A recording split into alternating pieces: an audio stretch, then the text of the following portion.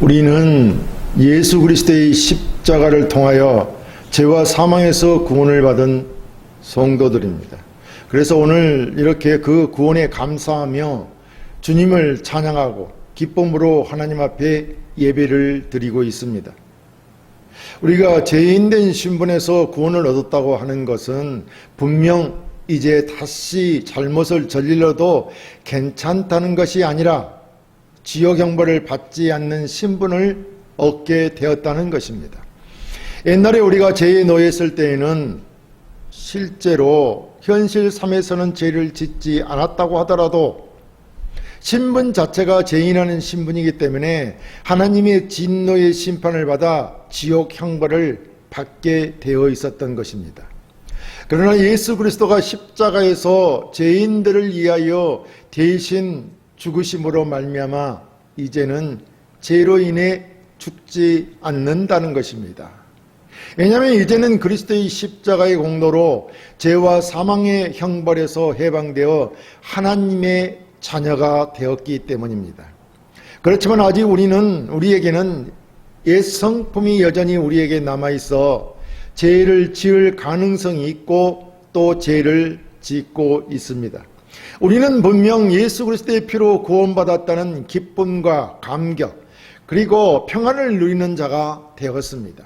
그래서 이제는 축복과 거룩과 의로운 생활을 하려고 결심을 하지만 그러나 이 구원의 감격과 기쁨이 나를 한 걸음도 더 하나님 앞으로 나아가게 하지 못한다는 것입니다.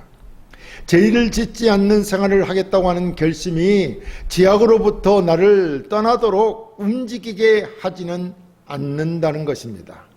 우리의 매일매일 살아가는 일상적인 생활이 바로 죄와의 영적인 전쟁터이기 때문입니다.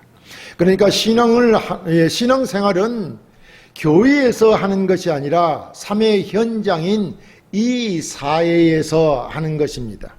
내가 가정과 직장과 사회 속에서 죄와 싸워야 하는 삶이 신앙생활이라는 것입니다.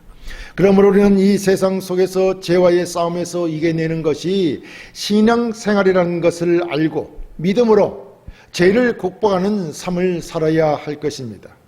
그렇다면 우리 성도들이 어떻게 신앙을 하여야 죄와 사망에서 해방된 삶을 살아갈 수 있는지 함께 말씀을 나누어 보도록 하겠습니다.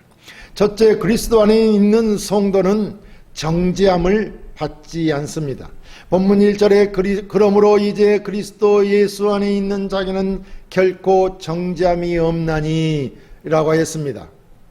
여기서 그러므로라고 하는 이 접속 부사를 쓴 것은 앞에 내용이 이유나 원인이 되어서 뒤에 결론을 이끌어내는데 사용되는 접속 부사입니다.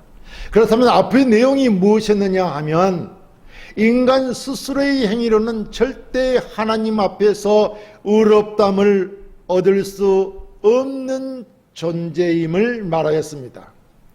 왜냐하면 인간은 전적으로 무능력하기 때문에 스스로 의로워질 수 없다는 것입니다. 그런 인간들을 하나님이 사랑하셔서 그의 독생자 예수 그리스도를 이 땅에 보내시어 인간의 죄를 대신 지고 죽게 하시어 장사 지낸 바 되었다가 부활하심으로 죄인들을 의롭다함을 얻게 하셨습니다. 하나님께서 그의 아들 예수 그리스도를 통하여 이루신 구속 사역, 즉 예수 그리스도를 믿는 자들을 의롭다 하심을 얻게 하셨다는 것입니다. 하나님이 그리스도를 통하여 우리를 의롭다함을 얻게 하였다는 말씀을 하고 있는 것입니다. 그러므로 예수 그리스도 안에서 의롭다함을 얻은 성도는 전능하시며 완전하신 하나님이 하셨기에 결코 정죄함이 없다는 것입니다. 인간에게는 실수가 있을 수 있고 잘못된 경우도 있지만 완벽하신 하나님, 부족한 것이 없으시는 하나님, 그 온전하신 하나님께서 그리스도를 통해 우리를 온전케 하심으로 의롭다 하심을 얻게 하심으로 이제 앞으로 어떤 경우든지 결단코 정죄함이 없다는 것입니다. 그리고 여기서 정죄함이란 법률적인 용어입니다. 무슨 말이냐면 죄인이 재판장에서 재판을 받아 제3의 선고를 받았습니다. 그러므로 재판에서 무죄 선고를 받은 사람은 재판 이후 어떤 형벌이나 구속을 받지 않는다는 것입니다. 하나님으로부터 한 번 의롭다함을 받은 성도는 다시는 그래서 정죄함이 없다고 하는 것입니다. 그렇다면 이 말씀은 무엇을 의미하겠습니까? 인간은 첫사람 아담으로 인하여 태어나면서부터 언제를 가지고 나왔으므로 본성 안에 타락한 옛사람의 잔재를 가지고 있습니다. 그래서 자기의 의지와는 상관없이 죄를 범하기 일쑤입니다. 이런 인간들을 하나님이 그리스도를 통하여 죄 없다고 인정하셨습니다. 그러므로 그리스도 안에 있으면 이제 죄와 사망에서 풀려나와 더 이상 죄의 종이 아니므로 죄의 세력의 지배를 당하지 않는다는 것을 말하고 있는 것입니다.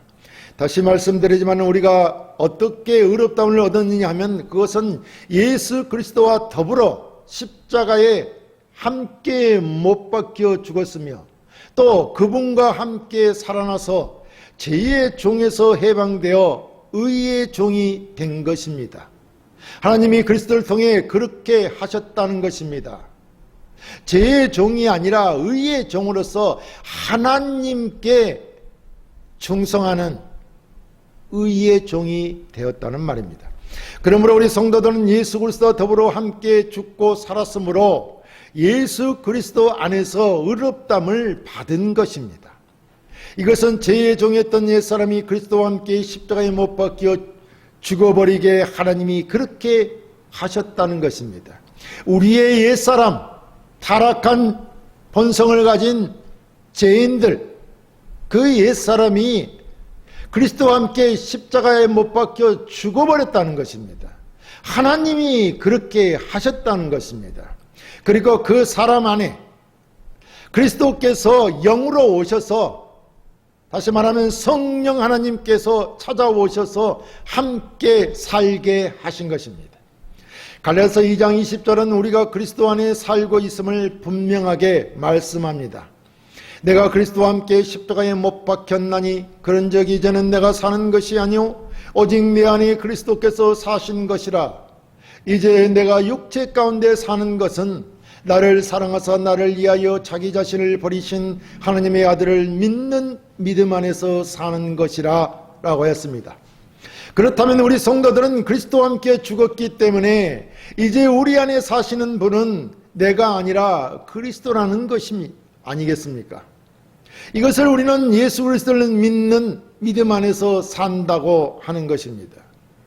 죄인되었던 우리는 그리스도와 함께 죽었기 때문에 이제 죄와 사망이 우리를 주관하지 못하는 것입니다. 그래서 성경은 하나님이 죄 없다고 하신 자들을 죄와 사망이 주장하지 못한다고 말하고 있는 것입니다. 하나님이 그의 아들 그리스도로 말미암아 죄 없다 하는 자들을 누가 정죄하겠습니까? 그래서 그리스도 안에 있는 자, 그리스도를 구주로 믿는 자들은 누구든지 정죄함을 받지 않는 복을 누리게 된다는 것입니다. 둘째, 성도는 생명의 성령의 법 안에 사는 것입니다. 본문 2절에 이는 그리스도 예수 안에 있는 생명의 성령의 법이 죄와 사망의 법에서 너를 해방하였습니다 라고 했습니다. 본문은 앞서 말한 그리스도 예수 안에 있는 자에게는 결코 정죄함이 없다는 이유를 밝히고 있습니다. 그래서 예수 그리스도를 믿는 성도가 정죄를 받지 않는 이유는 죄와 사망의 법에서 해방되었기 때문이라는 것입니다. 여기서 죄와 사망의 법이란 죄의 결과로 초래되는 죽음의 원리를 말합니다. 이렇게 죄로 말미암아 죽을 수밖에 없는 사람들을 그리스도께서 성취하신 구속의 원리, 즉 생명의 성령의 법으로 해방하였다는 것입니다. 성경은 성령이 그리스도께서 구속의 원리를 성취하시고 성천하신 후 생명을 주는 역할을 담당한다고 하였습니다. 그래서 생명의 성령의 법이란 성령이 생명의 창조자로서 생명을 주는 역할을 담당하기 때문에 생명의 성령의 원리라고 하는 것입니다. 그러니까 예수 그리스도께서 성취하신 구속의 원리를 따라 성령께서 성도들에게 생명을 주는 것, 즉 생명을 적용시키는 것입니다. 그러므로 성도는 하나님의 진노와 율법의 저주 대신에 하나님의 생명과 은혜를 성령 안에서 누리는 축복을 받은 것입니다. 사실 우리는 예수 그리스도를 믿기 전에는 마치 무거운 짐을 등에 지고 헤엄치는 사람과 같았습니다. 그래서 우리는 그 무거운 짐 때문에 다 물에 빠져 죽을 수밖에 없었던 것입니다. 왜냐하면 우리가 감당할 수 없는 무거운 짐이기 때문입니다. 그래서 물에 빠져 죽을 수밖에 없다는 것입니다. 그러나 예수 그리스도를 믿고 성령으로 거듭난 성도는 무거운 죄짐을 벗었기에 몸의 부력에 의해 헤엄쳐 나올 수 있기에 살 수 있다는 것입니다. 이 무거운 죄짐을 그리스도께서 대신 짊어지셨기 때문입니다. 이제 성령이 부어주신 예수 그리스도의 생명의 원리를 따라서 살게 되었는데 이것이 마치 사람을 물에 뜨게 하는 부력의 원리와 같은 것이라는 말입니다. 그러니까 성도가 사는 원리는, 생명을 얻는 원리는 그리스도께 무거운 죄짐을 대신 지심으로 우리는 죄짐을 벗고 성령이 부어주신 생명의 원리를 따라 사는 것입니다.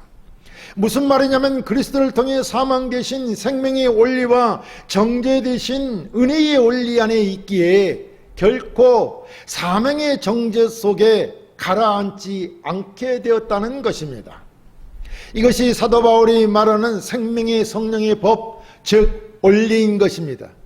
그래서 이제 성도는 아무리 애쓰고 힘써도 하나님의 영광에 이르지 못하던 옛사람이 지닌 죄와 사망의 원리에서 해방되었습니다. 이제 성도에게 적용되는 원리는 생명의 성령의 원리이기 때문에 자신이 노력하지 않아도 자연히 하나님의 생명과 은혜를 누리는 원리 속에 들어오게 된 것입니다. 그러니까 수영선수가 물의 부력을 이용하여 쉽게 헤엄치듯 성도들은 그리스도 안에 있는 은혜와 생명의 원리를 힘입어서 하나님을 예배하고 의와 성과 진리를 쉽게 행할 수 있게 된 것입니다. 그리스도께서 십자가에서 이루신 이 구속의 은혜를 성령께서 우리에게 생명으로 적용시켰기에 전에 죄와 사망의 원리 안에서 아무것도 할 수 없던 우리가 이제는 이 생명의 성령의 원리를 따라 하나님을 예배하고 기도와 찬송을 드리며 그리스도께서 말씀하신 사랑의 계명을 실천할 수 있게 된 것입니다. 그러므로 우리는 그리스도로 말미암아 생명의 성령의 법과 원리 안에 살게 되었기 때문에 이제는 하나님께 영광을 돌릴 수 있는 삶을 살게 되었다는 것입니다. 우리가 앞으로 성도로서 그리스도에 대한 믿음을 가지고 살기를 원한다면 성령께서는 이제 얼마든지 우리 성도들에게 더욱 풍성한 생명과 은혜를 베풀어 주실 것입니다. 우리는 하나님과 그리스도로 말미암아 얻은 생명의 성령의 원리를 따라 믿음으로 더욱 죄와 사망의 법에서 해방된 자유를 누리는 자가 되어야 할 것입니다. 셋째, 성도의 구원은 전적인 하나님의 역사입니다. 본문 3, 4절에 율법이 육신으로 말미암아 연약하여 할 수 없는 그것을 하나님은 하시나니 곧 죄로 말미암아 자기 아들을 죄 있는 육신의 모양으로 보내어 육신의 죄를 정하사 육신을 따르지 않고 그 영을 따라 행하는 우리에게 율법의 요구가 이루어지게 하려 하심이니라 라고 하였습니다. 여기서 율법이 연약하여 할 수 없었다라고 말합니다. 그렇다면 율법은 원래부터 연약한 것이었는가 하는 질문을 하게 됩니다. 왜냐하면 하나님은 완전하신 분이시고 그 완전하신 하나님이 인간에게 하나님 앞에서 행할 바를 율법을 통해 가르쳐 주신 것이기 때문입니다. 그렇기 때문에 율법은 원래 연약한 것이 아니었다는 말씀입니다. 그래서 율법 그 자체는 선하고 의롭고 거룩하며 인간을 생명으로 인도할 목적으로 우리에게 주어진 것입니다. 그런데 여기서 율법이 연약하다고 하는 것은 죄에게 종노릇하는 인간의 육신으로 말미암아 율법이 요구하던 것을 이루지 못하게 되었기 때문입니다. 순전히 죄의 종노릇하는 인간의 육신 때문에, 그 육신 때문에 율법이 연약하게 되었다는 말입니다. 사실 율법은 육신을 지닌 인간으로 하여금 스스로 율법의 요구를 이룰 수 없으므로 율법을 알거나 행하는 것으로는 구원에 이를 수 없다는 사실을 깨닫게 할 뿐인 것입니다. 그래서 율법은 죄를 지적하고 책망하고 심지어 자극할 수는 있지만 죄를 제거하거나 인간을 죄로부터 해방할 수는 없다는 것입니다. 그렇기 때문에 인간은 스스로의 힘으로 율법의 요구를 이루어 보겠다고 노력하면 할수록 오히려 더 비참함에 빠지게 되는 것입니다. 그래서 이런 상황에 빠지는 자신을 알게 된 바울이 뭐라고 했습니까? 오라 나는 공고한 사람이로다. 이 사망의 몸에서 누가 나를 건져내라 라고 탄식했던 것입니다. 그러나 이렇게 율법이 할 수 없는 것을 율법을 주신 하나님은 하실 수 있다는 것입니다. 하나님이 율법이 할 수 없는 것을 어떻게 하시느냐 하면 자기의 아들 되시는 예수 그리스도를 화목제물로 삼아서 죄를 없이 하는 방법입니다. 그래서 하나님은 그의 아들 예수 그리스도를 화목제물로 삼으시기에 죄 있는 인간들과 똑같이 인간의 몸을 입고 이 땅에 오셨습니다. 율법이 할 수 없는 일을 하시기 위해서 예수 그리스도께서 이 땅에 인간의 몸을 입고 오셨다는 것입니다. 그리하여 하나님은 성육신한 예수 그리스도의 몸의 죄를 정하여 벌을 내리셨습니다. 이렇게 하나님이 예수 그리스도의 육신의 죄를 정하시고 그 죄에 합당한 형도 집행하셨던 것입니다. 이로 말미암아 아담의 범죄로 인하여 인류가 받을 죄를 예수 그리스도께서 당신의 몸으로 죄를 대신 선고받고 그 죄책을 대신 짊어지시고 죽음을 당하신 것입니다. 이렇게 우리 인간들이 받아야 할 죄의 형벌을 그리스도께서 대신 받으심으로 우리에게 구원의 길을 열어주신 것입니다. 우리를 죄에서 구원하는 일을 전적으로 하나님이 하셨다는 것입니다. 그래서 본문은 하나님이 죄로 말미암아 자기 아들을 죄 있는 육신의 모양으로 보냈다라고 말씀하고 있는 것입니다. 그러므로 이제 우리가 육신을 따르지 않고 영을 따라 행하게 된 것은 그리스도의 육신이 죄의 형벌을 받아 죽은 것이 믿음에 의해 우리의 육신이 죽은 것이기 때문에 우리도 안에 있는 그리스도 안에 있는 자에게는 육신을 쫓지 않고 우리 가운데 머물러 계시는 성령을 따라 행한다고 말하고 있는 것입니다. 우리가 이렇게 행함으로써 육신으로는 이룰 수 없는 율법의 모든 의로운 요구를 이루게 되는 것입니다. 우리의 육신으로 율법의 요구를, 모든 의로운 요구들을 이룰 수 없었는데 예수 그리스도로 말미암아 이루게 되었다는 것입니다. 이것이 하나님이 예수 그리스도를 이 땅에 보내신 목적이며 하나님은 능히 이 일을 이루신 것입니다. 이 일을 또한 하나님 말고는 이룰 수 있는 자가 없다는 것입니다. 그러므로 구원을 얻은 우리는 하나님과 그리스도를 떠나 타락한 본성을 가진 육신을 따라 사는 삶에서 오직 하나님의 명령과 법과 사랑으로 지배되는 성령을 따라 사는 삶을 살게 하기 위함인 것입니다.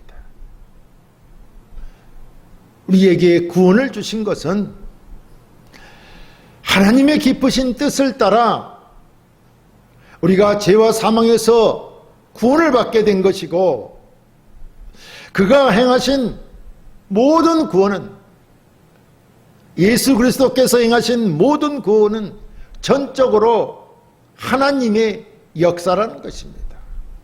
우리가 구원을 얻게 된 모든 것은 하나님이 계획하시고 그 계획을 실행하심으로 이루셨다는 것입니다. 하나님의 계획하신 일을 예수 그리스도께서 실행하시고, 그리고 성령께서 우리 안에 생명을 넣어주심으로 우리가 성령의 생명의 법을 따라서 살아가게 되었고, 우리가 온전히 생명을 얻어 이제 하나님의 자녀로서 영광된 복된 삶을 살게 되었다는 것입니다.